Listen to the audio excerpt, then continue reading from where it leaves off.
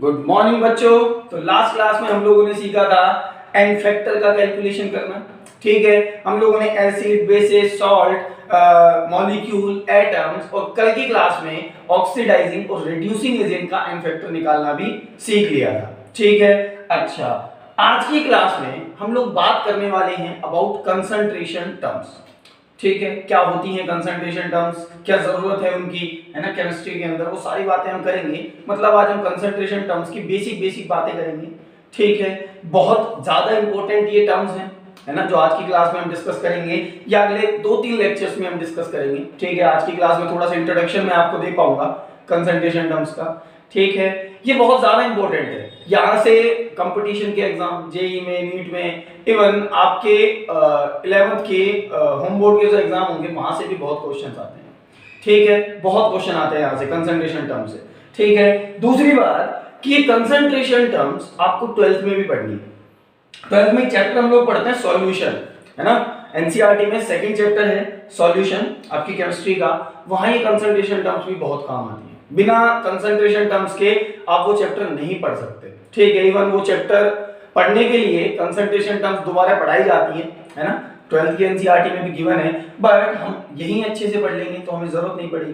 Clear हो रही है बात मेरी? ठीक है, तो शुरू करते हैं आज का लेक्चर कंसंट्रेशन टर्म्स के साथ। बट एक डाउट था किसी बच्चे का, तो वो पहले हम कंसल्ट कर लें। शायद चिन्मय ने क्वेश्चन पूछा था मेरे से 2-3 क्लास पहले पूछा था, है ना, मौका नहीं मिल रहा था, तो पहले मैं इस क्वेश्चन को करा देता हूं। लिमिटिंग रिएजेंट का क्वेश्चन है, उसके बाद हम शुरू करते हैं कंसंट्रेशन टर्म्स के बारे में। चलिए क्वेश्चन क्या है देख लेते हैं।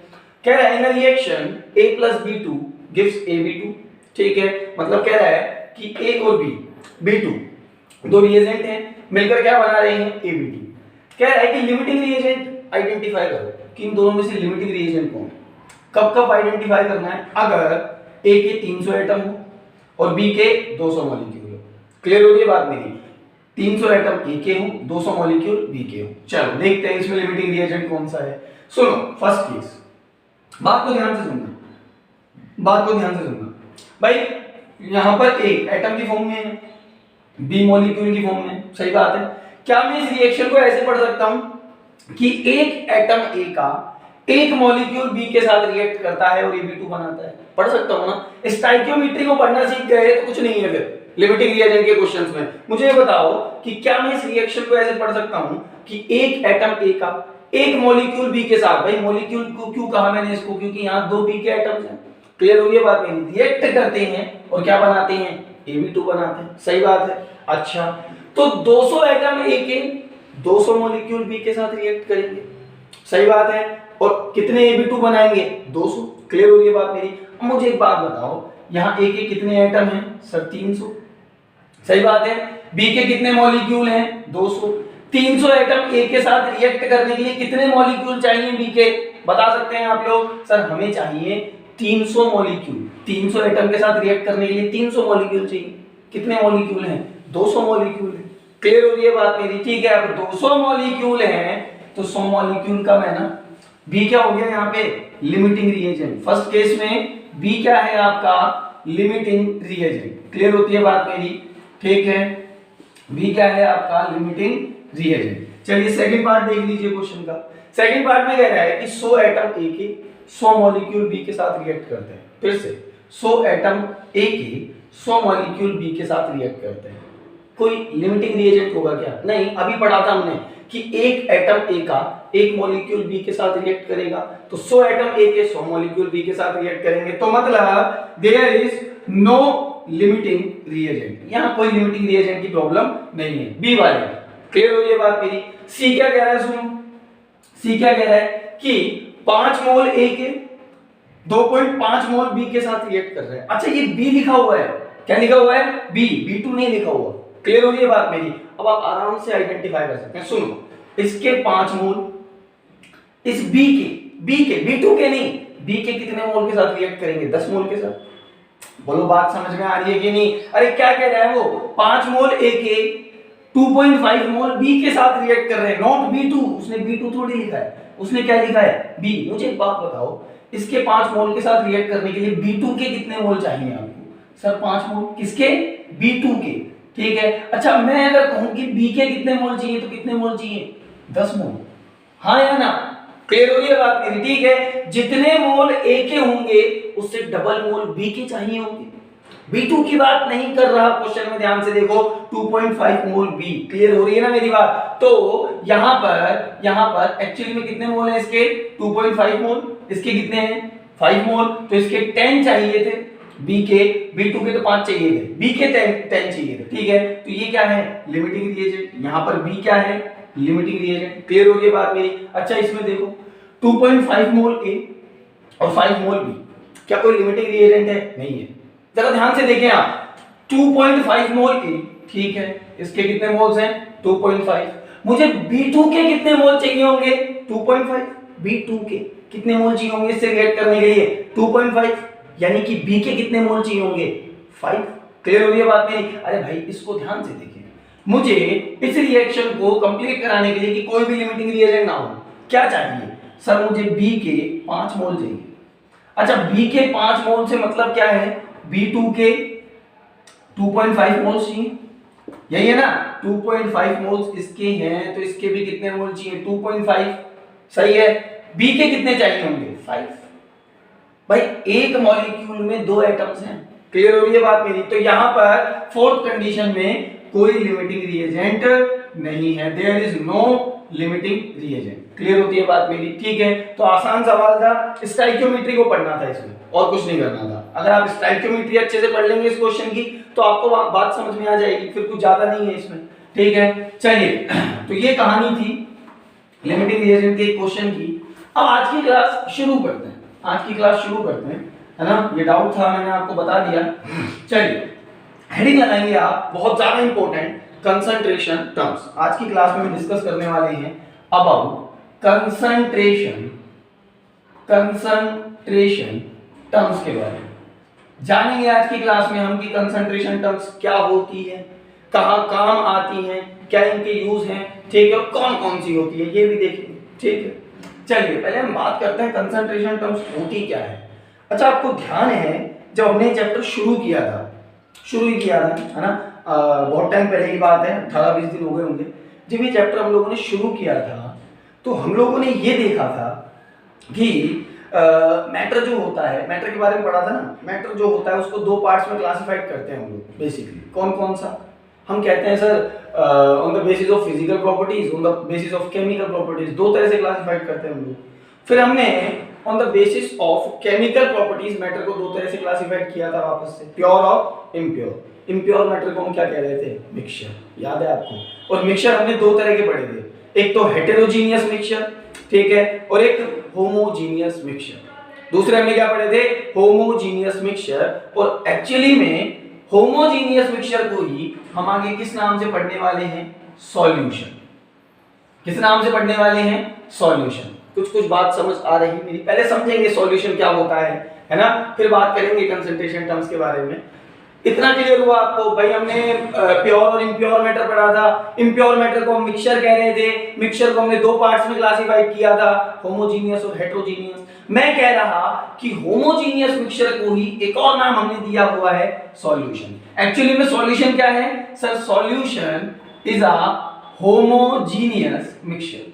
सॉल्यूशन क्या है sir? Solution is a homogeneous mixture. Clear होती है बात? इतनी कोई दिक्कत यहां तक? बहुत बढ़िया। अच्छा क्या और डिटेल में बात की जा सकती है सॉल्यूशन के बारे में या होमोजीनियस मिक्सचर के बारे में? और डिटेल में बात की जा सकती है। सर होता क्या है इसमें? होता क्या है इसमें कि 2 सब्सटेंसेस को मिलाया जाता है, और जब मिलाया जाता है, उनको घोला जाता है, तो वो डिसॉल्व हो जाते हैं एक दूसरे में। यही होता है होमोजीनियस मिक्सचर। अरे मतलब जैसे एग्जांपल से समझते हैं, जैसे मान लीजिए मेरे पास है वाटर, ठीक है, मैंने इसमें मिलाया कुछ क्वांटिटी में ग्लूकोज, है ना? क्या मिलाया? ग्लूकोज, थोड़ी बहुत क्वांटिटी में मिलाया, ठीक है। अब ग्लूकोज पानी में पूरी तरह घुल जाएगा, सही बात है। अरे ये रहा आपके पास वाटर, ठीक है, आपने मिलाया इसमें ग्लूकोज, तो जब आप इसमें ग्लूकोज डालेंगे तो ये ग्लूकोज इस पानी में पूरी तरह घुल जाएगा, हाँ या ना? पूरी तरह घुलने से क्या मतलब है? पूरी तरह घुलने से मतलब है कि यूनिफॉर्मली घुलना।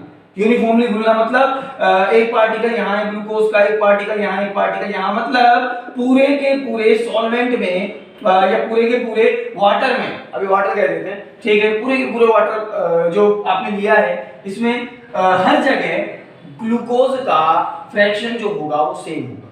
सही बात है, इसको कहते हैं अपन यूनिफॉर्म डिस्ट्रीब्यूशन। मतलब जितना ग्लूकोज इतने एरिया में होगा उतना ग्लूकोज यहाँ होगा, उतना ग्लूकोज यहाँ होगा, उतना ग्लूकोज यहाँ होगा। पर यूनिट वॉल्यूम की अगर मैं बात करूं तो ग्लूकोज की क्वांटिटी सेम होगी। कुछ कुछ बात समझ आ रही है? यानी कि डिस्ट्रीब्यूशन कैसा होगा? यूनिफॉर्म। यूनिफॉर्म मतलब एक जैसा डिस्ट्रीब्यूशन। क्लियर हो रही है बात मेरी? ऐसे मिक्सचर को क्या कहते हैं? ऐसे मिक्सचर को हम क्या कहते हैं? होमोजेनियस मिक्सचर या सॉल्यूशन। कुछ कुछ बात क्लियर हो रही है? अच्छा, जैसे अभी मैं वापस से आता हूं इस पर, मैंने लिया नमक और पानी या ग्लूकोज और पानी, तो ग्लूकोज पानी में चारों तरफ एक समान तरीके से एक जैसे घुल जाएगा। सही बात है, मिट्टी के साथ ऐसा नहीं होता, मिट्टी एक जगह जाके इकट्ठी हो जाएगी, है ना, पूरे के पूरे वाटर में वो ढंग से नहीं घुलेगी, पूरी तरह नहीं घुलेगी। क्लियर हो रही है बात मेरी? तो वो हेटेरोजेनियस मिक्सचर है। क्लियर इतना? अच्छा, और बातें की जा सकती हैं क्या? हमने कहा यूनिफॉर्म डिस्ट्रीब्यूशन, है ना, पार्टिकल्स का, और बातें की जा सकती है। सुनो सुनो सुनो, जैसे एक और एग्जांपल लें, मैं कहूं वाटर, है ना, प्लस NaCl, दोनों एग्जांपल ले लेते हैं। अब सुनो, मैंने बना लिया इन दोनों को मिला के मिक्सचर, है ना, मिक्सचर बना लिया मैंने, इसमें चीनी डाली हुई है या मैंने इसमें नमक डाला हुआ है, ठीक है।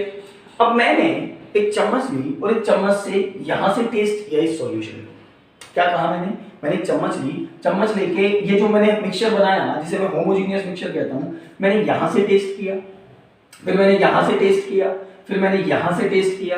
क्या अलग अलग टेस्ट आएगा? नहीं, सेम ही तो टेस्ट आएगा। क्लियर हो रही है बात मेरी? अरे भाई, नमक का पानी पिए हो ना, नमक का पानी, जब नमक उसमें पूरी तरह घुल जाता है, याद रखना पूरी तरह घुल जाता है, आप बहुत सारा डाल दोगे तो अलग बात है, एक डेफिनेट अमाउंट में तो घुलेगा ना, ठीक है। आपने उतना नमक डाला जितना इसमें घुल सकता है ना, मतलब फालतू नहीं डाला। क्लियर हो रही है बात मेरी? ठीक है, तो मैंने इसको जब अलग अलग जगह से टेस्ट किया तो सेम टेस्ट आया। मतलब प्रॉपर्टीज इसमें हर जगह एक जैसी है, प्रॉपर्टीज इसमें हर जगह एक जैसी हैं, इसको हम कहते हैं यूनिफॉर्म प्रॉपर्टीज। इस नेचर को हम क्या कहते हैं? Uniform properties. की भैया सॉल्यूशन या होमोजेनियस मिक्सचर में प्रॉपर्टीज भी कैसी होती हैं? यूनिफॉर्म। क्लियर हो रही है बात मेरी? ठीक है, सॉल्यूशन के बारे में थोड़ा बहुत आइडिया आपको लगा होगा, है ना। सॉल्यूशन क्या है sir? Solution is a homogeneous mixture which have uniform properties. Clear हो रही है बात मेरी? Which have uniform properties.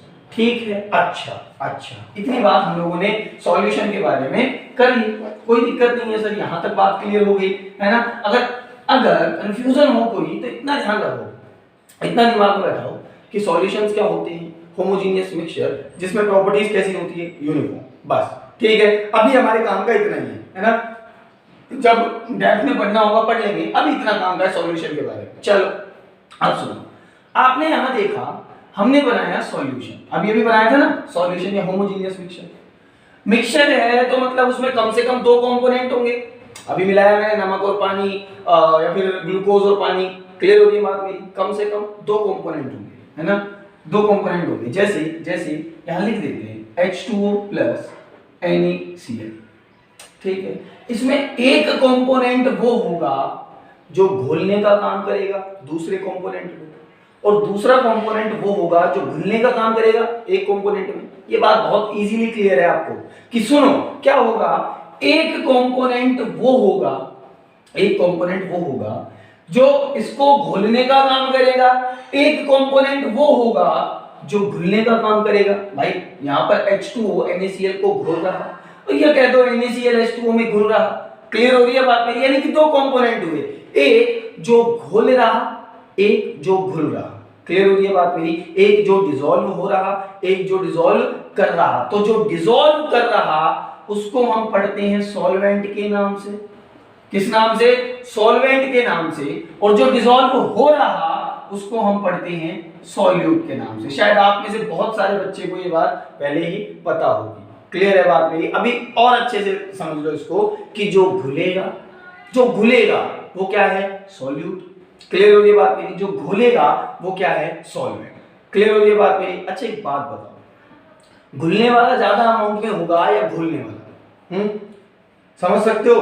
अरे भाई चलो, यहां तो आपको पता है घोल कौन रहा है? H2O, है ना, और घुल कौन रहा है? NaCl। यहां तो बहुत क्लियर है है ना। बहुत आसानी से क्लियर है सर कि H2O घोल रहा है, यूनिवर्सल सॉल्वेंट होता है, ये सबको घोल लेता है लगभग कुछ चीजों को छोड़ के, है ना। हमने कहा कि सर H2O तो घोल रहा है और NaCl घुल रहा है, तो यहाँ पर सॉल्वेंट कौन हुआ सर H2O। और अगर मैं सॉल्यूट की बात करूं for this particular example, solute कौन हो NaCl, सर ये बात तो सबको पता है, ठीक है। अब जस्ट इमेजिन आपके पास ये कह दे कि आपके पास दो कंपोनेंट हैं A और B, आपके पास दो कंपोनेंट हैं A और B, क्लियर हुई ये बात मेरी। इनमें से सॉल्यूट कौन है और सॉल्वेंट कौन है, मतलब एक मिक्सचर बनाया हुआ है AB और ये दो कंपोनेंट से मिलकर बना है A प्लस B से। आपसे पूछ लिया इनमें से कौन सॉल्यूट और कौन सॉल्वेंट, तो कैसे बताओगे, आपको देखनी है इनकी quantity.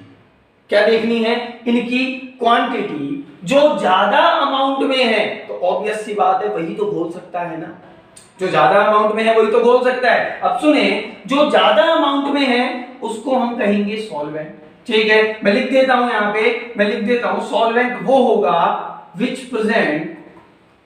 is in larger amount या excess। जो ज्यादा होगा वो क्या है सॉल्वेंट, और जो कम अमाउंट में होगा, है ना, इन लेसर क्वांटिटी, जो सॉल्यूशन के अंदर कम अमाउंट में होगा उसको हम क्या कहेंगे सॉल्यूट। क्लियर होती है बात में, ठीक है। पहचान लेंगे थोड़ा बहुत, सॉल्यूट किसको कहेंगे, सॉल्वेंट किसको कहेंगे। जो ज्यादा अमाउंट में वो सॉल्वेंट, जो कम अमाउंट में वो सॉल्यूट। फिर से, जो ज्यादा वो सॉल्वेंट, जो कम वो सॉल्यूट। क्लियर है बात मेरी। जैसे मैं आपसे कहूं कि मैंने 100 ml A लिया, ठीक है, उसको मैंने 20 ml B को घोल दिया, या ऐसा कहा है मुझसे कि 100 ml A और 20 ml B का मिक्सचर बनाया, तो इसमें सॉल्यूट कौन और सॉल्वेंट कौन, तो ज्यादा कौन है A, तो A क्या हुआ सॉल्वेंट, कम कौन है B, तो B क्या हुआ solute. Are you getting this, बहुत आसान सी बात है। अच्छा, अब अगर इनकी क्वांटिटी ना पता हो तो, अगर इनकी क्वांटिटी ना पता हो तो, ये भी तो पॉसिबल है, अगर इनकी क्वांटिटी ना पता हो तो क्या करेंगे, तो सुनो ध्यान से, सुनो ध्यान से। मान लीजिए आपको मूव करना है इनकी फिजिकल स्टेट की तरफ। मान लीजिए आपने मिक्सचर बनाया A और B का, ठीक है। अब क्या बनेगा सॉल्यूशन, है ना।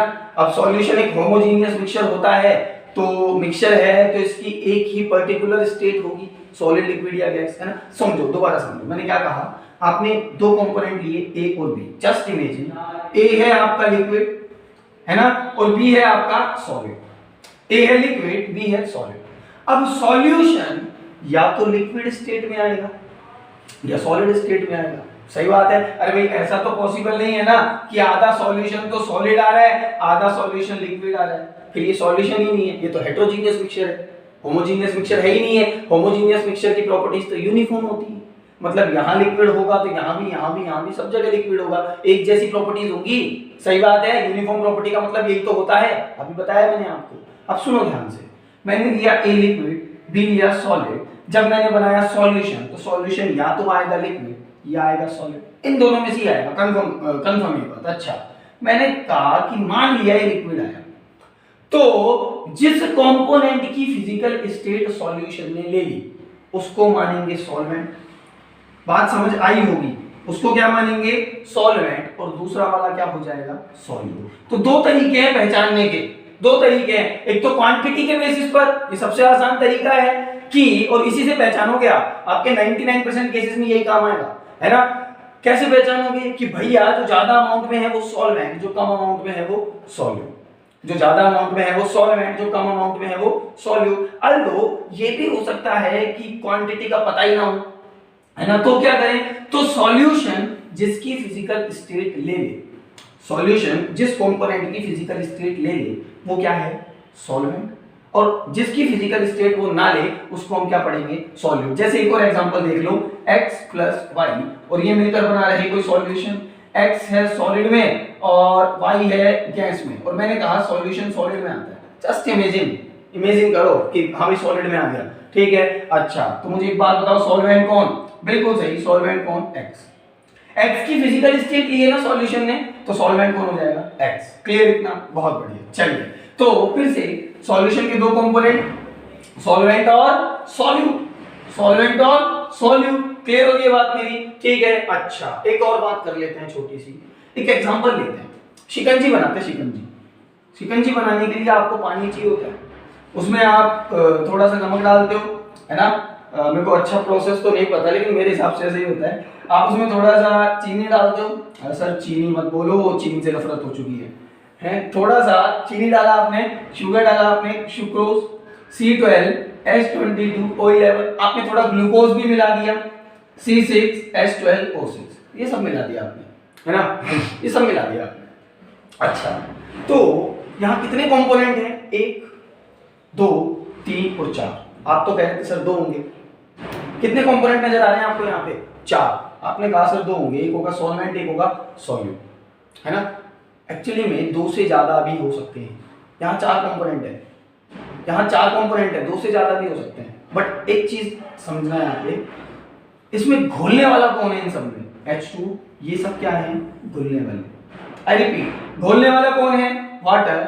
ये सब क्या है? घुलने वाले। तो इन सबको क्या कहेंगे? सॉल्यूट। लेते क्या आएंगे? वही 2, ठीक है। और इसे क्या कहेंगे? सॉल्वेंट। यहां से एक बात और क्लियर हुई कि सॉल्वेंट हमेशा एक ही हो सकता है, एक से ज्यादा नहीं हो सकता। Solute can be 1, can be more than 1। Clear हो रही है बात मेरी? एक हो सकता है, एक से ज्यादा हो सकता है। अल्दो हमें ऐसे सॉल्यूशंस की बात करनी है जिसमें सॉल्यूट भी एक ही हो। समझ आ रही है बात? हमें ऐसे सॉल्यूशंस की बात करनी है जिसमें सॉल्यूट भी एक ही हो। क्लियर हो गई बात मेरी? ठीक है, चलिए, तो इतना क्लियर हुआ होगा। एक बार वापस से बोल दूं मैं आपको, solutions are the homogeneous mixture which have uniform properties. 2 component होते हैं, एक होता है सॉल्यूट, एक होता है सॉल्वेंट। कैसे पहचानोगे? जो ज्यादा अमाउंट में वो सॉल्वेंट, जो कम अमाउंट में वो सॉल्यूट। सॉल्यूट एक से ज्यादा भी हो सकते हैं, सॉल्वेंट हमेशा एक होता है। क्लियर है बात मेरी? अब हम बात करते हैं कंसंट्रेशन टर्म्स के बारे में। मुद्दा तो ये था, क्या होती है कंसंट्रेशन टर्म्स? सुनेंगे ध्यान से। आपको पता है कि आप एक पर्टिकुलर अमाउंट सॉल्यूट का किसी सॉल्वेंट में डिसॉल्व कर सकते हो। सही बात है। अरे देखो, मैं कह रहा हूं कि मेरे पास ये पानी है ना। मैंने इसमें NaCl डालना शुरू किया, नमक डालना शुरू किया, डालते गया, घुल रहा है, मस्त घुल रहा है एकदम। अब एक टाइम ऐसा आएगा कि एक पर्टिकुलर टेम्परेचर पर, आई रिपीट, एक पर्टिकुलर टेम्परेचर पर नमक घुलना बंद हो जाएगा। हाँ है ना, नमक घुलना बंद हो जाएगा, है ना। या चीनी डाल रहा हूं तो चीनी घुलना बंद हो जाएगी। होता है ना कई बार ऐसा कि अपन शिकंजी वगैरह पीते हैं, दूध वगैरह पीते हैं चीनी डाल के, तो लास्ट में नीचे आपको चीनी जमी हुई मिलती है। ऐसा होता है कई बार कि लास्ट में आपको चीनी जमी हुई मिलती है। क्लियर हो रही है बात मेरी? ठीक है। अब ऐसा क्यों होता है कि चीनी ने टाइम के बाद डिसॉल्व होना बंद कर दिया, है ना, डिसॉल्व होना बंद कर दिया। तो हम क्या कर रहे हैं, हम क्या कह रहे हैं आपसे कि मैं इसमें नमक डालता गया या चीनी डालता गया, घुलती गई, एक टाइम के बाद घुलना बंद हो गई, है ना। यानी कि मैक्सिमम अमाउंट ऑफ NaCl आपने डिसॉल्व कर लिया, है ना। ऐसे सॉल्यूशन को हम कहते हैं सैचुरेटेड सॉल्यूशन। क्या कहते हैं? Saturated solution. ये छोटी-छोटी बातें आपने पढ़ी हुई है ना, ये छोटी-छोटी बातें आपने पढ़ी हुई है। ऐसे सॉल्यूशंस को हम क्या कहेंगे? Saturated solution. इसका क्या मतलब है? फिर से सुन लो, which have maximum amount of solute, कि जिसमें मैक्सिमम अमाउंट सॉल्यूट का डिसॉल्व हो सकता है, इससे ज्यादा डिसॉल्व नहीं होगा। ऐसे सॉल्यूशंस को हम क्या कहेंगे? Saturated solution.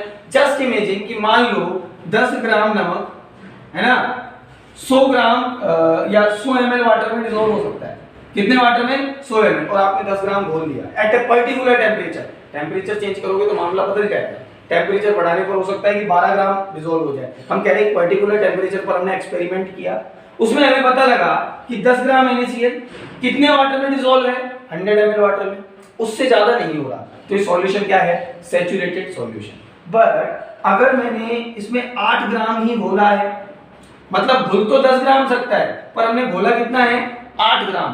तो ऐसे सॉल्यूशंस कहलाएंगे अनसैचुरेटेड सॉल्यूशन। क्या कहलाएंगे? Unsaturated solution. बात समझ आ रही है? ठीक है। अब ऐसा भी पॉसिबल है कि कोई समझदार हो, उसने 12 ग्राम डाल दिया हो, तो 2 ग्राम तो नहीं घुलेगा ना, 10 ग्राम घुल जाएगा, 2 ग्राम कहीं बैठा रहेगा। ठीक है। ऐसे सॉल्यूशंस कहलाते हैं सुपर सैचुरेटेड सॉल्यूशन। क्या कहलाता है बेटा? Super saturated solution. तो सॉल्यूशन 3 तरह के हो सकते हैं, अनसैचुरेटेड, सैचुरेटेड और सुपर सैचुरेटेड। ये किस बेसिस पर क्लासिफाइड किए मैंने? सर ये आपने क्लासिफाइड किए कि कितना अमाउंट ऑफ सॉल्यूट डिसॉल्व है कितने amount of solvent. I repeat, कितना अमाउंट ऑफ सॉल्यूट डिसॉल्व है कितने अमाउंट ऑफ सॉल्वेंट। क्लियर हो रही है बात मेरी। और एक्चुअली में बेटा इसी को हम कहते हैं concentration terms.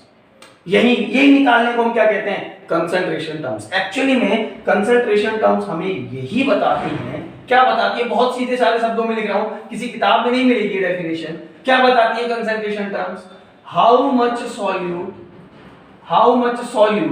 Dissolve in a solution और सॉल्वेंट, कि किसी सॉल्यूशन में टोटल सॉल्यूशन बना लिया, उसमें कितना अमाउंट सॉल्यूट का डिसॉल्व है, उसे हम किससे निकालेंगे, कंसंट्रेशन टर्म से।